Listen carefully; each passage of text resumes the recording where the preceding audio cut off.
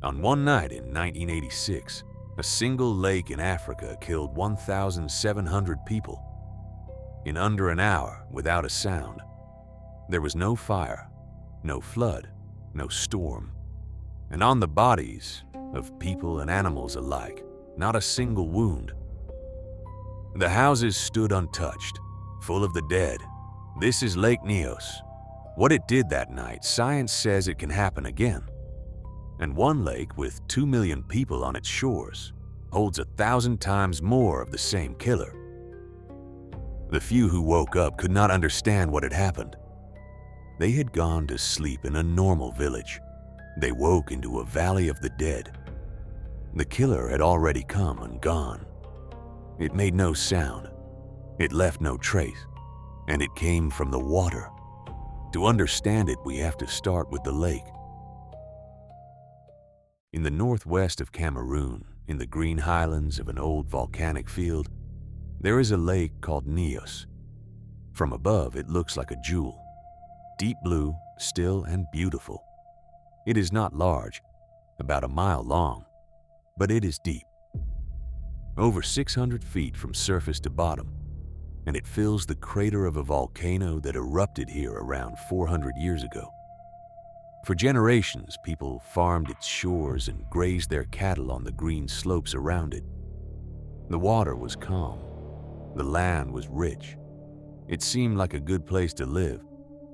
But the people who had lived here longest carried an old warning.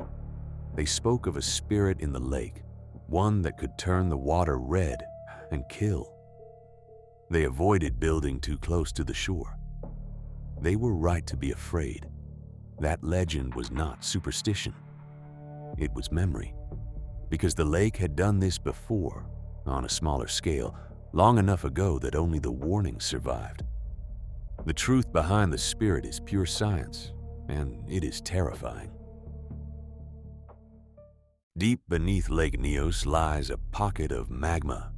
It does not erupt, but it breathes, leaking carbon dioxide gas up through the rock, into the groundwater and into the bottom of the lake. For centuries, that gas dissolved into the cold water at the bottom and stayed there. In a deep tropical lake, the water barely mixes. The warm layer on top acts like a lid, trapping the cold, gas-filled water far below. The pressure of all that water held the gas in place, the way a sealed bottle holds the fizz in a soda. Year after year, more gas dissolved in. The lake was slowly becoming a bomb. A bottle of carbonated water, 600 feet deep. The deeper the water, the greater the pressure, and the more gas it can hold without releasing it. At the bottom of Nyos, the water could hold enormous amounts of carbon dioxide, packed tight and invisible. As long as nothing disturbed it, the lake stayed calm. The danger was not that the gas was there. The danger was that one day it might come up. Then, on the night of August the 21st, 1986, something disturbed that balance. Scientists still don't know exactly what. Perhaps a landslide, a cold rain, or a small tremor. Something pushed the deep water up, and the lid broke. As the deep water rose, the pressure holding the gas vanished. The dissolved carbon dioxide burst out of the water all at once, like a shaken bottle, uncapped. Scientists call it a limnic eruption. A fountain of water and gas blasted over 300 feet into the night sky. Some locals heard a distant rumble and mistook it for a bomb. In under an hour, the lake released up to 1/4 of a cubic mile of carbon dioxide. Carbon dioxide is heavier than air, so the invisible cloud did not rise and blow away. It sank. It poured down the slopes of the valley, a silent, invisible flood of gas, moving at up to 30 miles an hour, hugging the ground. It flowed toward the villages, toward homes where families were sleeping. It made no sound. It had no smell. And it displaced the one thing every living creature in its path needed to survive: the air itself. Carbon dioxide is not a poison. You breathe it out with every breath. But when it fills the air, it pushes the oxygen away. And a body that cannot reach oxygen has only minutes. When the air holds more than 10% carbon dioxide, a human being loses consciousness. Above 15%, death comes fast. The brain, starved of oxygen and poisoned by rising CO2, simply shuts down. There is no struggle, no pain that lasts. For the people of Nyos asleep in their homes, there was no warning at all. No sound woke them. No smell alarmed them. Most of them never opened their eyes. They passed from sleep into death without ever knowing. A few survived, and their stories are haunting. Many simply collapsed where they stood, sank below the layer of gas, and woke hours later, weak and confused with no idea why they were still alive. Some woke beside family members who never would. The survivors shared strange injuries, blistered skin like burns, raw, aching lungs. Some were paralyzed for days. Doctors believe the blisters came from the freezing gas itself, or from traces of acid mixed into the cloud. And one detail reveals just how merciless this gas was. Because it hugged the ground, survival came down to elevation, to height. The villages in the low valley, like Nyos itself, were almost wiped out. But people just up the slope were untouched. The line between life and death was drawn by the shape of the land. Inside the same house, it could come down to inches. Those who slept on the floor were gone. Those who slept on a raised bed, higher off the ground, sometimes lived. A few feet of air was the difference between waking up and not. One survivor was a farmer named Ephraim Chi. He'd gone to bed in his home above the lake. In the night, he woke feeling strange, weak and unable to speak. Then he passed out again. When morning came, he stepped outside, into a silence he had never heard. No birdsong, no insects, no sound at all. On the ground lay flies, fallen dead from the air. And then he saw the cattle, all of them, not moving. He walked to his neighbors' homes. No one answered. Family after family lay still, without a mark on them. His own relatives were among the dead. Around 400 of his village's cattle were gone, and Ephraim could not understand why he was still breathing. The outside world learned slowly. Travelers walking toward the villages found bodies scattered along the roads, people and cattle together, and turned and fled. It took days for the full scale of it to reach the government. When teams finally reached Lake Nyos, they walked into a scene no one was prepared for. An entire community gone in a night. 4 villages silenced, and the lake that did it sat calm and blue, as if nothing had happened at all. The survivors were evacuated to camps, far from their homes. For years, they were not allowed to return.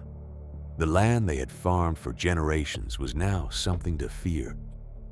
Something that could kill again without warning. The question that haunted the scientists who came was simple and urgent.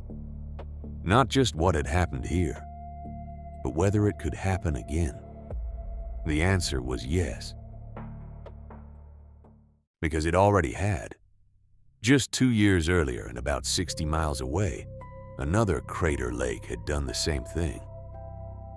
In 1984, Lake Nyos released a cloud of carbon dioxide that killed 37 people.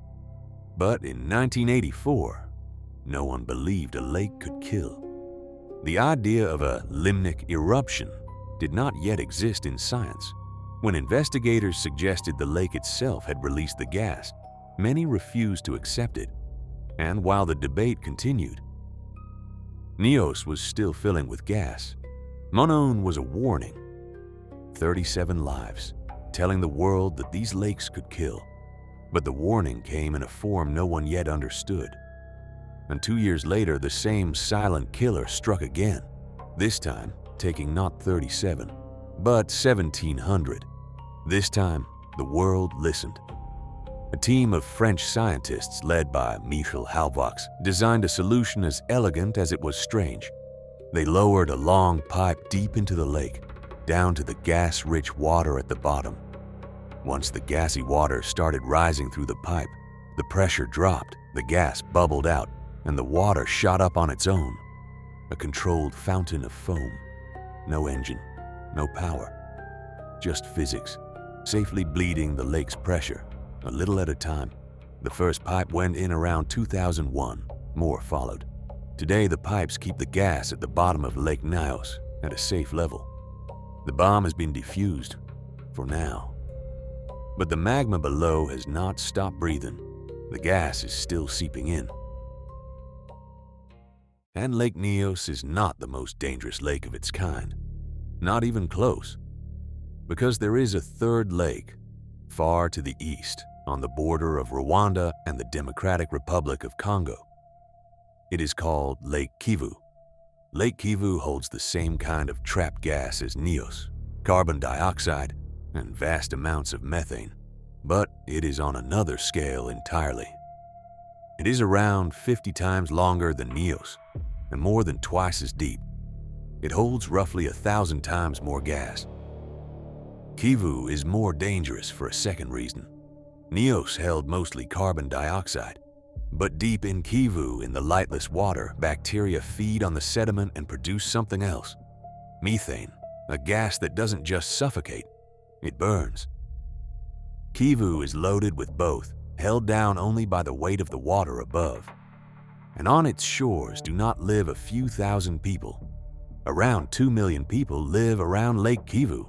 Cities, towns, millions of families living beside the largest known deposit of killer gas on Earth.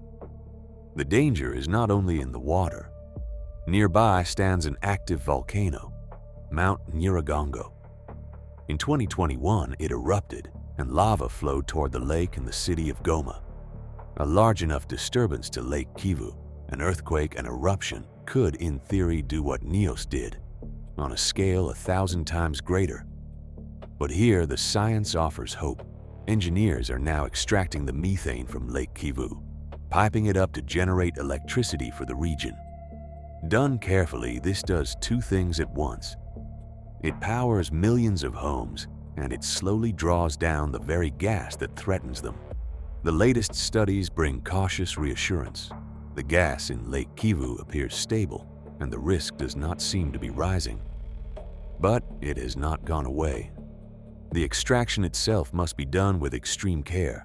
Done wrong, it could disturb the very balance it's meant to protect. 2 million people are living on top of a question science cannot fully answer. Above the shore of Lake Nyos, a memorial remembers the dead. 1,700 people, taken in a single night by air they could not see, could not smell, and could not fight. The horror of Lake Nyos was not in violence. There was no fire, no wave, no explosion you could point to. The horror was in the silence, in how gentle it looked, in how many people simply never woke up. There are only 3 lakes on Earth known to do this. 2 of them have already killed. The third holds 1,000 times more gas and 2 million people on its shores. They look calm. They look harmless. That is exactly what makes them so dangerous. For now, the pipes hold the pressure down. For now, the lakes stay quiet, and the gas keeps seeping in, drop by drop, deep in the dark, beneath the calm water. The most peaceful places on Earth are not always the safest. Sometimes the water that looks like a jewel is only holding its breath. If you want more places the world calls beautiful and deadly, subscribe.